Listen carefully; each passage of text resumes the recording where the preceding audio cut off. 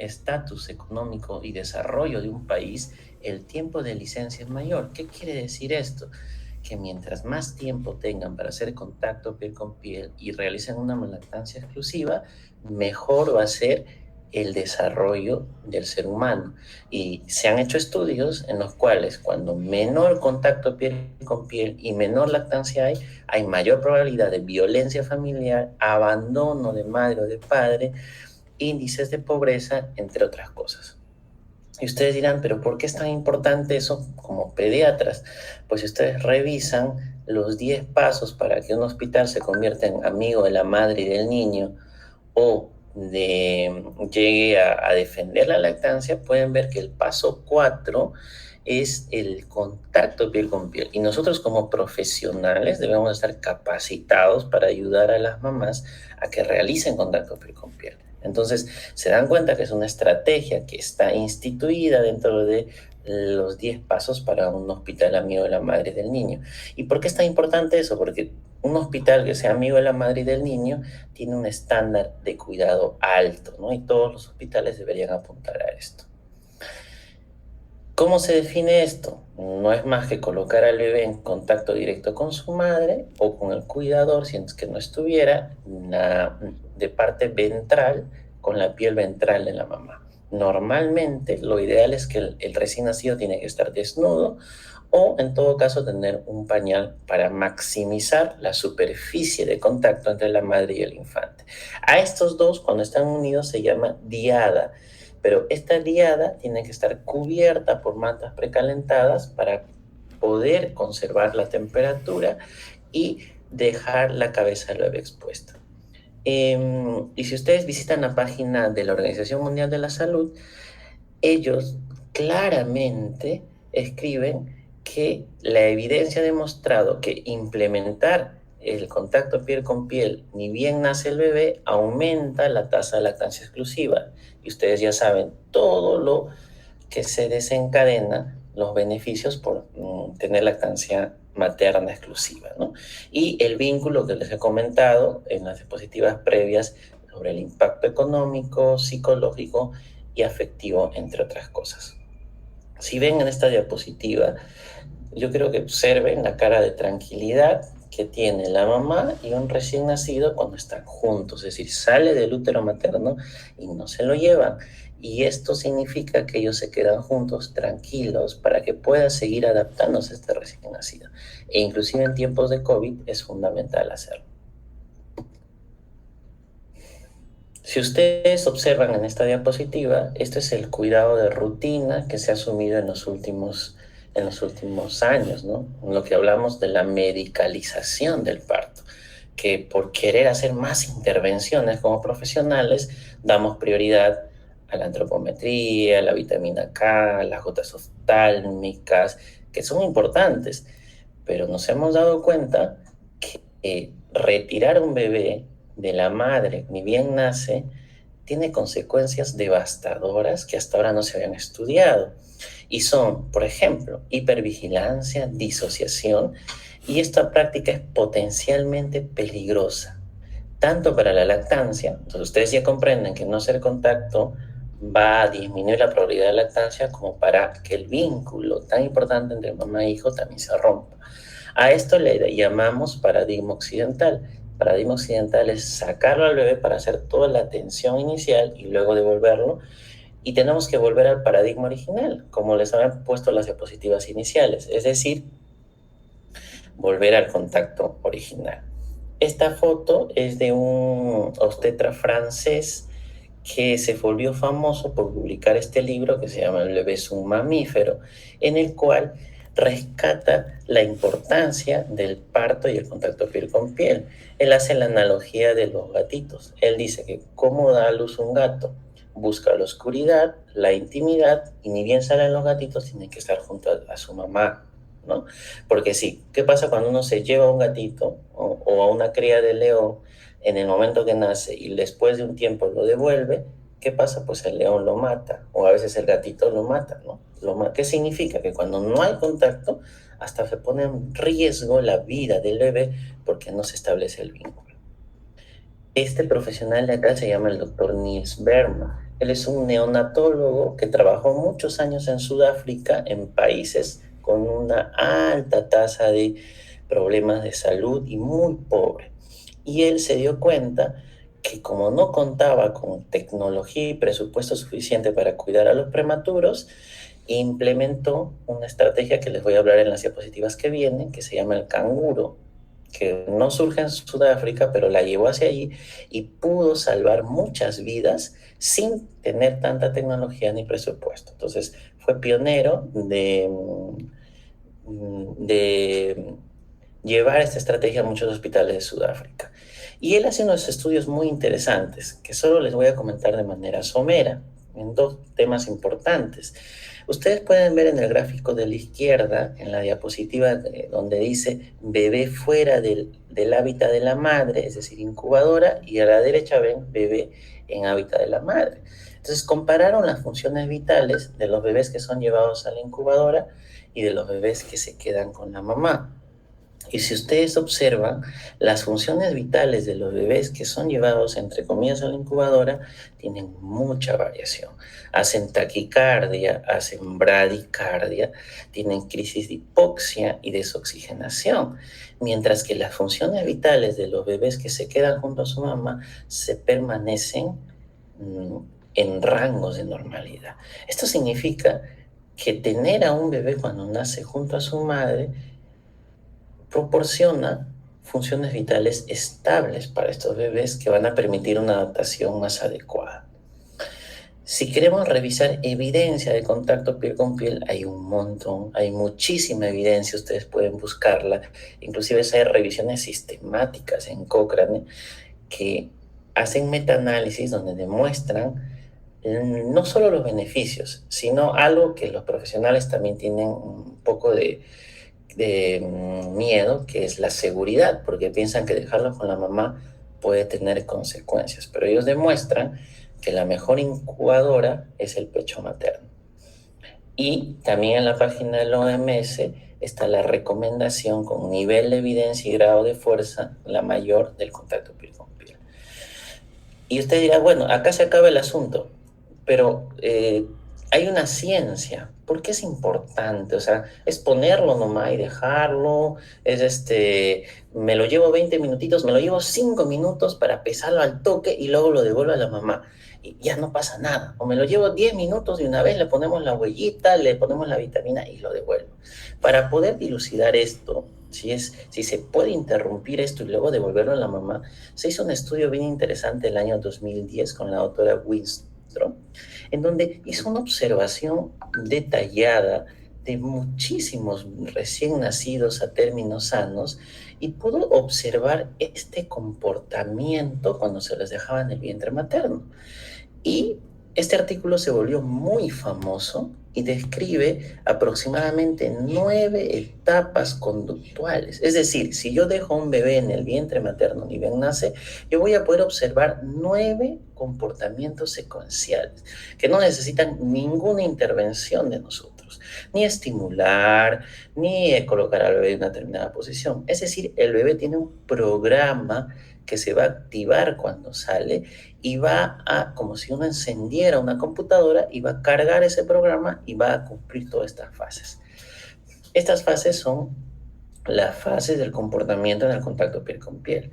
Por ejemplo, primero pasa por un periodo de llanto, que es lo que sabemos como pediatras que tiene que hacer para que se adapte.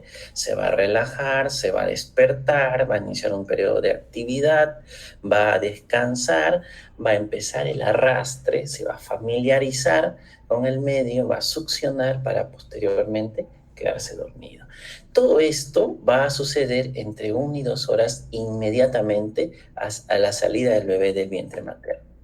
Y les he traído una secuencia de fotografías en las cuales ustedes van a poder observar todas estas fases de manera visual, que son muy importantes. Entonces comenzamos.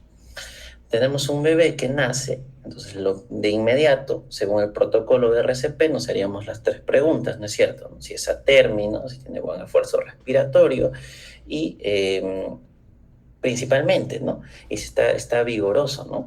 Entonces, nosotros vemos en la fotografía que es un neonato vigoroso, está haciendo un llanto, es atérmino, tiene buen tono, entonces se queda con la mamá. Hace un buen llanto, el profesional pone una manta precalentada para cubrir a la diada y el bebé inicia fase de llanto. Posteriormente se va a relajar después de unos minutos y él va a sentir que está en el vientre materno. Sería la segunda fase de estas 9 o 10 fases. Después de relajarse, va a despertar. Esto, si ustedes son acuciosos y observan a este bebé, está alerta, está despierto como si se estuviera preparando para cumplir la rutina que tiene que hacer. Empieza a tener actividad, es decir, va a empezar a detectar algunos estímulos del medio y va a ponerse activo. Y si ustedes observan respecto a la foto previa, está empezando a migrar a través del vientre materno.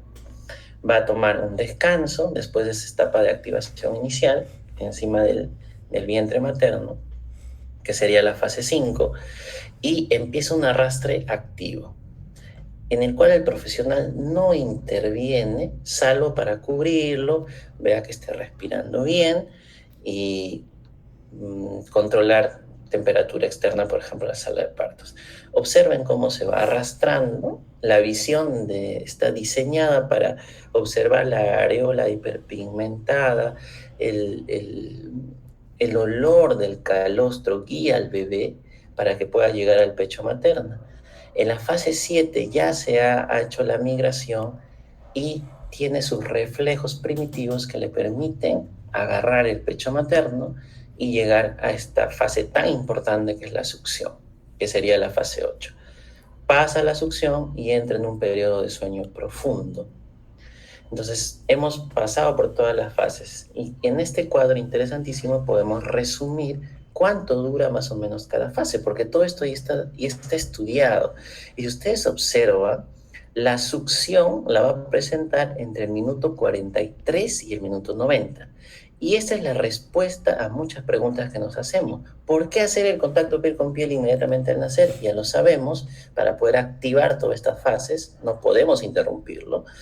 ¿Y por qué hacerlo 1 o 2 horas? Porque la succión se va a dar entre el minuto 40 y el minuto 90. Es decir, si tú te lo llevas a los 30 minutos, no va a succionar. Entonces, la succión se va a dar entre estos periodos. Si se realiza la primera succión en las primeras 2 horas, es un predictor potente de buena lactancia. No van a estar recetando fórmulas o problemas de baja producción de leche, porque hemos hecho un buen inicio. Muy bien, entonces dice este obstetra que para cambiar el mundo primero hay que cambiar la forma de nacer, es decir, volver al paradigma original. Y también dice Niels Berman, ¿no?, que lo peor que le puede pasar a un recién nacido es ser separado de su madre. Muy bien, en esta última parte, en estas últimas diapositivas, les traigo algo de madre canguro. Pues que ustedes dirán, está bien, ¿no? O sea, esto es importante para un bebé sano, pero ¿qué pasa en las UCIs donde nosotros estamos? Que los prematuros, la UBI, las intubaciones, y estos bebés no pueden estar con sus madres. Entonces, para esto, en Bogotá, Colombia, el año de 1984, unos médicos colombianos se dieron cuenta que el marsupial, que es el canguro, en la cría completaba la maduración en una bolsa de la madre externa. Entonces ellos pensaron que si no tenemos incubadoras, ¿no?, podemos hacer que estos prematuritos completen su maduración en el pecho materno. Y a esto le bautizaron con el nombre de mamá canguro. Esto surge el 84. Más o menos en los años 90 se hacen estudios para poder ver si realmente esto favorece o es algo peligroso, como a veces está catalogado, ¿no? Entonces se han hecho varias revisiones, como por ejemplo esto, y se demostró que su gran utilidad, por ejemplo, este es un artículo del 94 en el cual demostró que hacer método canguro en las UCIs tiene un impacto muy importante y es seguro en bebés por debajo de los 1500 gramos, es decir, en prematuros es muy beneficioso. Y, Y, por ejemplo, la mejoría es de hasta el 50%. Y si es entre 1.500 a 2.000 gramos, 70-90% de estos bebés mejoran dramáticamente sus enfermedades al experimentar este método. Acá hay otro estudio en los cuales dicen, pero bueno, ¿por qué lo vas a poner en el pecho de la mamá si no tenemos suficientes medios? Es más, está intubado. Entonces, para eso, también se han hecho revisiones en donde estudiaron la seguridad del método canguro en neonatos intubados. Y también se demostró que es muy beneficioso para estos. Actualmente se han hecho revisiones sistemáticas, como por ejemplo esta revisión del 2022, en las cuales midieron, por ejemplo, cortisol, que ustedes saben que es una hormona del estrés, en la saliva de los bebés que se quedaban en la incubadora y en los bebés que eran puestos en contacto con la mamá, ¿no? Es intubados, obviamente tienen que estar estables hemodinámicamente y no tener enfermedad grave, ¿no? Entonces se dieron cuenta que el cortisol tenía de 10 a 20 veces más elevado en los bebés que estaban en las incubadoras. Es decir, están alertas, están asustados, imaginémonos estar nosotros solos en un incubador, en una caja, mientras nos pintan, nos ponen vías, estamos sin alguien que nos acaricie, que nos acompañe. Es algo traumático. Entonces, en este estudio también demostraron que hay estrés cuando el bebé no es puesto en contacto con la mamá y esto desencadena que no sane de sus enfermedades. Muy bien, entonces para terminar, apoyemos el método canguro desde donde estemos. Si estamos en periferia, hagamos contacto piel con piel. Si estamos en UCI, si estamos en cuidados intensivos, propongamos el método canguro. Miren, por ejemplo, se han ideado unas fajas especiales que ayudan a este contacto que sea beneficioso, ¿no? Hay que monitorizar las señales vitales, hay que poner gorrito al bebé si es necesario para evitar pérdidas insensibles, hay que alargar por lo menos 1 hora, que sería el tiempo ideal, y la mamá tiene que tener el tórax descubierto para poder darle el calor y el contacto con el pecho materno. Ahí están todos los beneficios: la estabilidad del sueño, favorece la lactancia, alivia el dolor, ganan de peso más, menos estancia hospitalaria, mejor desarrollo neurosensorial, como he mencionado, y los padres tienen menor ansiedad, tienen más confianza con los profesionales. Estos son algunos de los requisitos. Es cierto que no estamos en las condiciones ideales, pero podríamos diseñar intervenciones para que sea posible, ¿no? Una buena silla, la madre con una buena higiene, preparada, concientizada para que pueda hacer esto. Muy bien, les quiero agradecer por el tiempo brindado y si tuvieran alguna pregunta, pues con todo gusto puedo absolverlas. Gracias.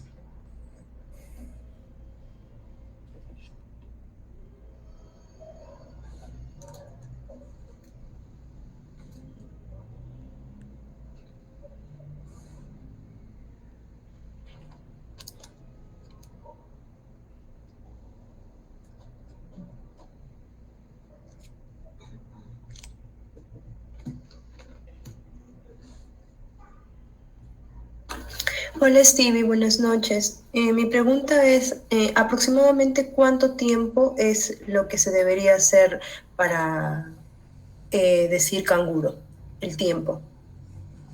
Bueno, el tiempo ideal que en los estudios ha demostrado ser beneficioso es 60 minutos por lo menos. Cuando tienen 60 minutos o más de canguro, entonces tienen mayor beneficio, como gana más de peso, están menos tiempo de hospitalización y tienen mejores resultados neurológicos. Así que ese es el tiempo que podríamos recomendar para ser mamá canguro. Gracias, Stevie. Gracias.